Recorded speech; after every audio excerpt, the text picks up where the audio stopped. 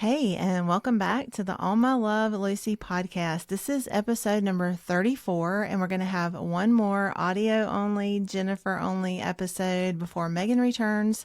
It's been kind of hectic with the holiday, with Thanksgiving, but she's going to hopefully be back this coming week. We'll get some video episodes up again before we do any more audios. But this letter is a really interesting letter. I'm really excited about it. But for any first time listeners, I want to give just a brief introduction. We are Jennifer and Megan. We're two sisters from South Carolina, and we've been uncovering this extraordinary wartime love story of our grandparents, Lucy and Jimmie, through these love letters that they wrote to each other during World War II. Now, Lucy wrote to him from London as he advanced across Europe with the U.S. 50th Signal Battalion. We also have some of his letters to her from his position in the war, but we'll get to those hopefully soon. We're getting into October, so we're going to have some of those soon. And they were separated for 2 years, and that gave us these amazing letters, this amazing correspondence between them during that time. So if you're drawn to heartfelt romance, true historical stories, and this intimate story, these intimate voices of people during World War II, then you're in the right place. Welcome. We welcome you here.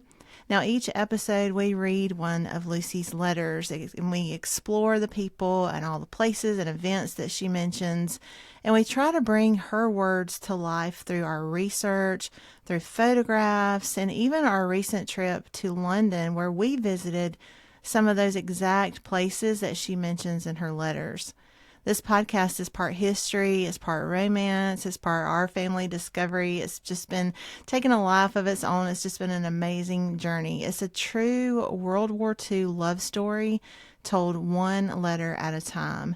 And because we share the letters in chronological order, it is best to start with episode 1. We're glad you're here for episode 34. But if you want to catch up, go back to episode 1 because this is more like a series podcast, and we have covered a lot of information over these 33 episodes. Now, if you do go back to episode 1, I just want to mention that our production skills were very new at episode 1. We've evolved a little bit. Now, we're still not professionals, but we have evolved some. So just want to put that out there that our production skills were very, very new and amateur. We were just learning. We're doing this ourselves. So just want to point that out. No matter what our production skills are, though, this story is amazing. It's a really beautiful love story. And so we hope that you'll enjoy it. So if you're ready to dive into this letter number 34, grab your favorite beverage and blanket and travel back with me to 1940s London. September 29th, 1944. My darling Jimmie. This evening, I was going to the pictures, but when I received your letter this morning, I decided to put it off until tomorrow, Saturday afternoon, because I would rather write to my sweetheart. I have to fire watch one evening each week, but on different nights. This week, it was on Tuesday, and next week, it may be on Thursday. As you say, it may not be long before we can do away with it. We do not have much trouble now. So right away, we get this incredibly tender glimpse into Lucy's priorities. She was planning to go to the movies that evening, and she really enjoyed going to the movies. We've talked a lot about the movies that she goes to. So that was one of the few comforting escapes that Londoners had during this time. But the moment Jimmie's letter arrived, she just changed her plans. She would rather sit down and write back to him instead of spending an hour in a cinema. It shows how much his letters meant to her. They weren't just updates. They were emotional events for her. They could shift the whole mood of her day, and this is such a sweet, everyday expression of wartime love, choosing connection over that distraction. Now, what she says next is a great reminder of what life in London still looked like in September or late September of 1944. She mentions that she has to fire watch one night each week. Now, we've talked almost every episode about fire watching, especially recently. She's mentioned that almost every letter. But fire watching started way back during the Blitz, 1940, and that was when the city was being hit really hard with those incendiary bombs almost nightly. So people stood on rooftops with buckets of sand and water ready to put out the fires that they saw before they spread. Now, by this time of this letter, London wasn't dealing with quite the same constant bombing anymore as the Blitz, although we do know that this bombing campaign that took place in the summer of 1944 was extraordinary. There were still the V1 and V2 attacks were coming on, and those V1 and V2s obviously could not be fought with buckets, of course, but she still had to stand on guard and watch for those bombs to drop and try to help put out any fires that may have started. So that was part of her everyday life. The civil defense routines that started during the Blitz that she was a part of continued on. They stayed in place, partly out of caution, partly out of habit. So when Lucy says they don't have much trouble now, that's her reflecting this reality of late 1944. The worst seemed to have passed, but the war was not over yet. There was this growing sense of hope that normal life might actually return, but there's still a good bit of war and bombing that is going to take place. And I think there's something really relatable here in this part of the letter, relatable to us today. That feeling of choosing connection over entertainment, skipping a movie, or turning off Netflix because someone you love finally messaged you back or called you or texted you, whatever. We still do that. That glow you get from hearing from the person that you're waiting to hear from, that has not changed. And even her fire watching duty has kind of a modern echo, even though we really don't have anything to compare to this fire watching duty. But this kind of has a modern echo. It kind of reminds us of the way that we have to adapt to long periods of that collective vigilance. And we've just come out of a situation that we can kind of relate to, which was during the pandemic. So, or these big storms and emergencies here on the East Coast, especially, we have recently experienced these big storms that have created catastrophes. And so you have to kind of collectively come together and be vigilant about what you're going to do during that time. And so you kind of can get this modern echo of this fire watching duty and how they came together and they were vigilant about what their responsibilities were. You settle into these routines of caution, and then after it kind of starts, you get through the worst of it and it kind of starts feeling like it's calming down a little bit. You kind of feel like things may eventually get back to normal. Now, I will be real honest with you. In the middle of the pandemic, I was a little afraid that life was not ever going to be back to normal. Now, some things have not gone back to normal, but overall, I think we've come back into a place where we can kind of breathe again. And so I think that's what she was looking for, is that place to breathe again. That's exactly what I feel like she's expressing here. So, and then also just to give you some context about this, the fire watching duties that Lucy is a part of and talking about here continued almost to the very end of the war in Europe. The National Fire Guard wasn't officially stood down until May 2nd of 1945. And so actually when she says this here, she still has about 8 months until this has officially ended for her. So I know she doesn't realize this, and 8 months may not seem like a long time, but when you're doing it every week and all night long when you're doing it, it can seem like an eternity. So apparently Jimmie's told her from his perspective, being in the war, being in the depths of it, he's relaying to her, we don't have his letter, I wish we had his letter, but he's relaying to her that he thinks that she's not going to have to do that much longer. So that little bit of hope, I guess, went a long way with her. She goes on to say, this evening we had an alert at 8:45 and the all clear went about 9:20. However, there is now another alert on whilst I'm writing this letter, and so far I have only heard 2 explosions quite a long way away, so it really is quite peaceful. Not like the exciting time when I counted 30 explosions between 3 and 4 a.m. We had quite a doodlebug service over here at one time, and I just held my breath when those engines stopped. and I put my head under the pillow, but they are nothing like so terrifying as the landmines which we had during the Blitz, for they sounded like an express train coming, and when they went off, the very earth rocked, and you could hear the glass in houses crumbling. What's striking in this part of the letter is how Lucy describes all of this, how calmly she talks about something that is absolutely terrifying by any normal standard. I would be terrified.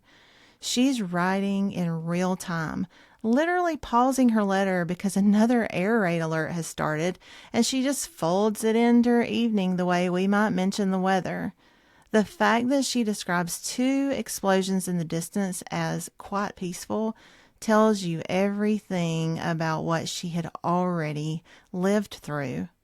And then she contrasts that quiet moment with what she calls an exciting time, when she counted 30 explosions between 3 and 4 in the morning. 30 in an hour. That's insane. That's not excitement. That's endurance. That is, I don't even know the word to describe it. But she uses this almost kind of playful language, like she's kind of softening the reality for Jimmie. Maybe not wanting to worry him more than necessary. I'm not really sure. Kind of feels like maybe she's downplaying a bit, or maybe she's just experienced so much that she's kind of feeling this way about it now, that she really does think, in comparison, this is peaceful. In comparison, this is, whatever. So I think she may just be describing this in a way that is relative to her experience, but also not to worry Jimmie. Lucy is describing the V1 flying bombs here, and we have talked about these doodlebugs over and over and over, but they were plaguing London that summer and autumn of 1944, as we have learned. And the V1s, as we know, had a very recognizable sputtering engine, and here you really get that firsthand account of it, how she would hear those engines stopping, and she would hold her breath and put her head under the pillow. You really get that firsthand account of that here. And so we know that that was the terrifying part when that engine stopped, because it meant the bomb was about to fall to the ground, and you had 12 seconds. We talked about that over and over. So people would learn to freeze, listen, and wait for the impact. And she talks about that here. She put her head under the pillow. That was her instinctive response. And it's probably the same one most everyone else had, because there was no time to run for shelter. 12 seconds. You're not going to have time to get to shelter. You're just going to have to try to find around you the best place to take cover, or just close your eyes and hope for the best. And then she compares them to something even worse, the landmines from the Blitz. Now, I did not know anything about this. So when I researched this and looked this up a little bit, I found out that these were actually parachute mines. They were massive explosions dropped slowly from aircraft early in the war. So this was during the Blitz, so it would have been 1940 to 41. And these parachute mines didn't make the whistling sound of a bomb. Instead, many people described them as sounding like an express train rushing towards them. How terrifying is that? And when they detonated, the shock waves could level entire streets. If you've ever seen any photos from that period of during the Blitz, it's horrifying. The earth would be shaking, houses would be crumbling, and that is not in any way an exaggeration. So what she says here about you could hear glass breaking and the houses crumbling, you could hear that. She's telling the truth. That's an exact, again, firsthand account of what she experienced. Those bombs caused some of the most devastating destruction London ever saw. So for Lucy to say the doodlebugs were nothing like so terrifying as those landmines, that just tells us just how deep her memories of the Blitz still ran even years later after it was over. And this is one of those moments where the historical experience and the modern experience feel a world apart. I cannot imagine it. I cannot even take myself there to imagine what she went through, how that felt. I cannot imagine it. I've never lived in a world like that. but it also kind of feels strangely connected. Again, most of us can't imagine sitting at home writing a letter while explosions happened somewhere in the distance and just writing about it like you're talking about the weather. But we do understand what it's like to normalize stress after having lived with it for such a long time, which is what I feel like Lucy was doing here. We've just been through years where emergencies were happening, the pandemic, again, the weather catastrophes. We've just been through a period of that. And we kind of know about all the constant news notifications and the emergency alerts and everything going on during that time. They were a part of everyday life. Now, it's not the same, but we can feel kind of a connection because Lucy's tone is something that a lot of us can recognize by how we have to adapt during those times. We have to keep going during those times. And we have to find a way to narrate our lives so that it doesn't feel quite so overwhelming. Here, Lucy is steady, she's brave, and she's trying to reassure Jimmie even as the room around her literally probably shakes from the bombs that she is hearing. So what a testament. What an example of how resilient she was and how strong of an independent woman she was. I just want to point that out about her. I really am impressed by her. And the more and more Megan and I learn about Lucy, we just really are proud of her, proud that she is our grandmother, and we really understand her a lot better. She goes on to say, "Oh, darling, I'm so glad I sent you the proof of my picture and did not wait until it was properly finished, because you mentioned it in your letter. I guess you were surprised to see your picture, too." Now, this part of the letter is such a sweet payoff to something that Lucy mentioned last week in her last letter. Now, I talked about this. I didn't know what she meant by the old boy gate crashing into her photo. So when I looked it up and researched that phrase, it does mean photobombing. It does mean that in these studios that sometimes there would be an assistant or somebody that would end up in the photos. And all of that, it does mean that, but she's using that phrase to describe something else here. So she teased him about the old boy gate crashing in her photo. And while we thought she was talking about somebody else, we finally get the straight truth from her. And that is the gate crasher was Jimmie himself. And I'm going to try to put the picture, this portrait up of her with that brooch on. She's so glad she sent him the proof early, and you can hear her excitement when she says, "I guess you were surprised to see your picture too." Kind of like a wink, wink. She's talking about that tiny photo of him inside the brooch she wore on her jacket. I talked a little bit about that last week, but I didn't realize or connect the dots that she was actually talking about him being that gate crasher. So the one we can actually see in her portrait is not a studio assistant, it's Jimmie in that picture. So this is an incredibly tender gesture that she made. She carried him with her into the studio, and his image ended up right there in the portrait she had made for him.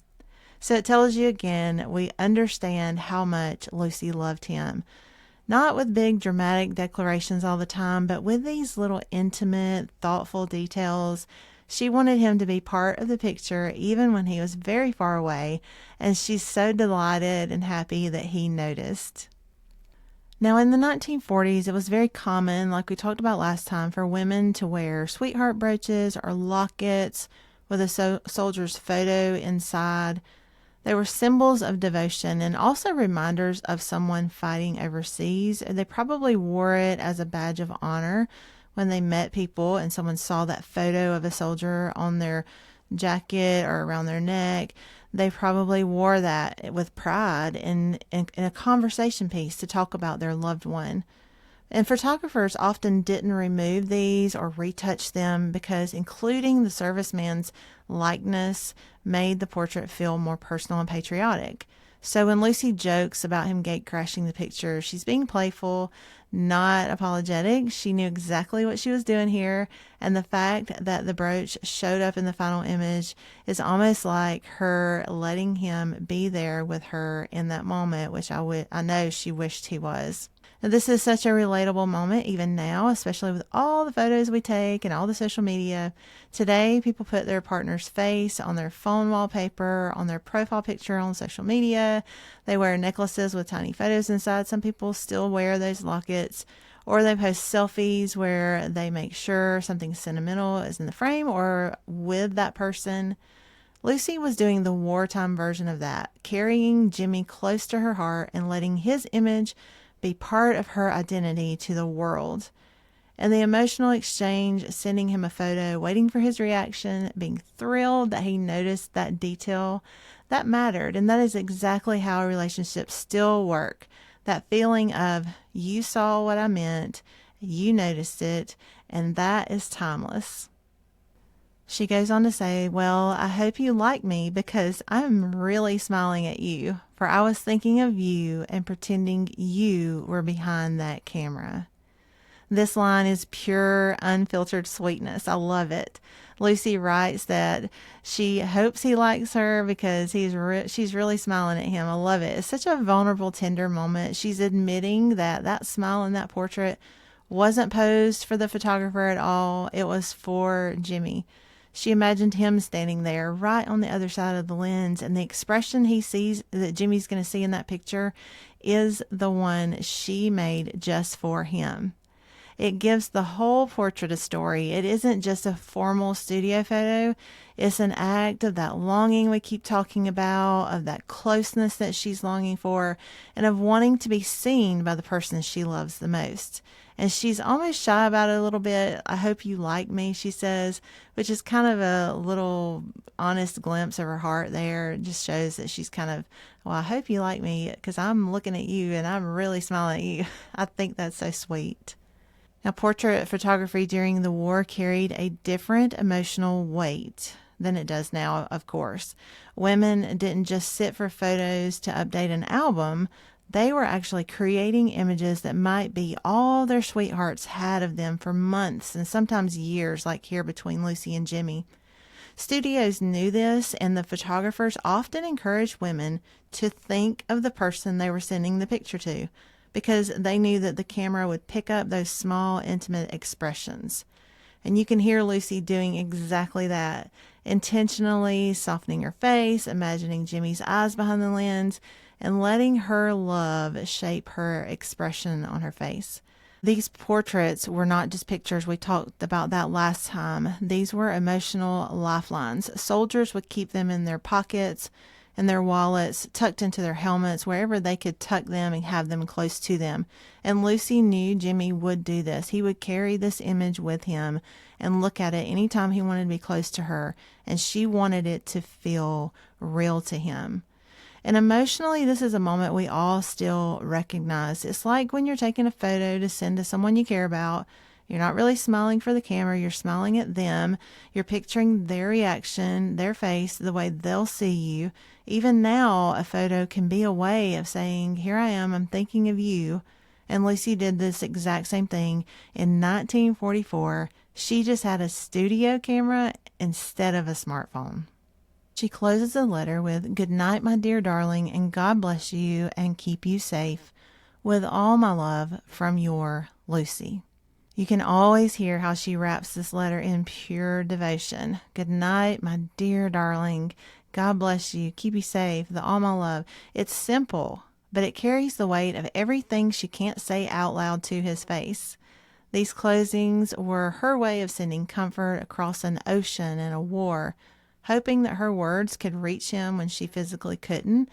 And with that, we close this letter number 34, and we continue on this journey with Lucy and Jimmie as they detail their lives, their love, and their longing for one another. I want to say thank you for joining me today as we stepped back into the end of September of 1944 with Lucy, feeling all her smiles and her hope and her quiet bravery during those long nights in London while she's fire watching. Each letter we read gives us this amazing glimpse into her world, the small moments, the big emotions, and the everyday life of a woman keeping love alive one letter at a time. Next time, we will dive deeper into what Jimmie is up to in the 50th Signal Battalion as Lucy writes to him with curiosity and concern and asks him, "What are you doing? Can you at least tell me this? Can you at least tell me that?" And so she's also very curious about, she knows he's in Germany, but she's very curious about what he's doing, what he's a part of. But she also mentions, "I know you can't tell me everything." And so we've talked about that before on some of the letters we do have. He doesn't give a lot of detail, so I'm not sure how much detail he gives her. So we'll also be diving in some more to Key to Command, that amazing book written by our dear friend Michael Godbout. So I'm looking forward to that. We're going to tell you some, hopefully, potentially really exciting news that we may have something, a collaboration of sorts with Michael, not in the way you probably think, but we're going to talk a little bit about that next time. I'm really excited about that. So if you've enjoyed following Lucy and Jimmie's story, make sure you subscribe to the channel. Hit that little bell so you don't miss any of the notifications when we upload new episodes. You'll never miss a letter. And you can also follow us on Instagram and Facebook. On those avenues or those platforms, we share photos, some behind the scenes stuff, and glimpses into our London trip and other things like that. So if you want a little bit more personal feel, then follow us on those social media channels. And as I was reminded by one of our faithful listeners, James, shout out to James, I have failed to have the uninterrupted reading of the letter of the past 2 audio-only episodes. So I'm definitely going to close now with that. So until next time, enjoy. September 29th, 1944. My darling Jimmie. This evening I was going to the pictures, but when I received your letter this morning, I decided to put it off until tomorrow, Saturday afternoon, because I would rather write to my sweetheart. I have to fire watch one evening each week, but on different nights. This week it was on Tuesday, and next week it may be on Thursday. As you say, it may not be long before we can do away with it. We do not have much trouble now. This evening we had an alert at 8:45 and the all clear went about 9:20. However, there is now another alert on whilst I'm writing this letter, and so far I have only heard 2 explosions quite a long way away, so it really is quite peaceful. Not like the exciting time when I counted 30 explosions between 3 and 4 a.m. We had quite a doodlebug service over here at one time, and I just held my breath when those engines stopped, and I put my head under the pillow. But they are nothing like so terrifying as the landmines which we had during the Blitz, for they sounded just like an express train coming, and when they went off, the very earth rocked and you could hear the glass and houses crumbling. Oh, darling, I'm so glad I sent you the proof of my picture and did not wait until it was properly finished because you mentioned it in your letter. I guess you were surprised to see your picture too. Well, I hope you like me because I'm really smiling at you, for I was thinking of you and pretending you were behind that camera. Good night, my dear darling, and God bless you and keep you safe. With all my love, from your Lucy. If you're hearing this message, then you've watched the entire episode, and we want to thank you from the bottom of our hearts. Don't forget to subscribe, and we'll see you next time on the All My Love Lucy podcast.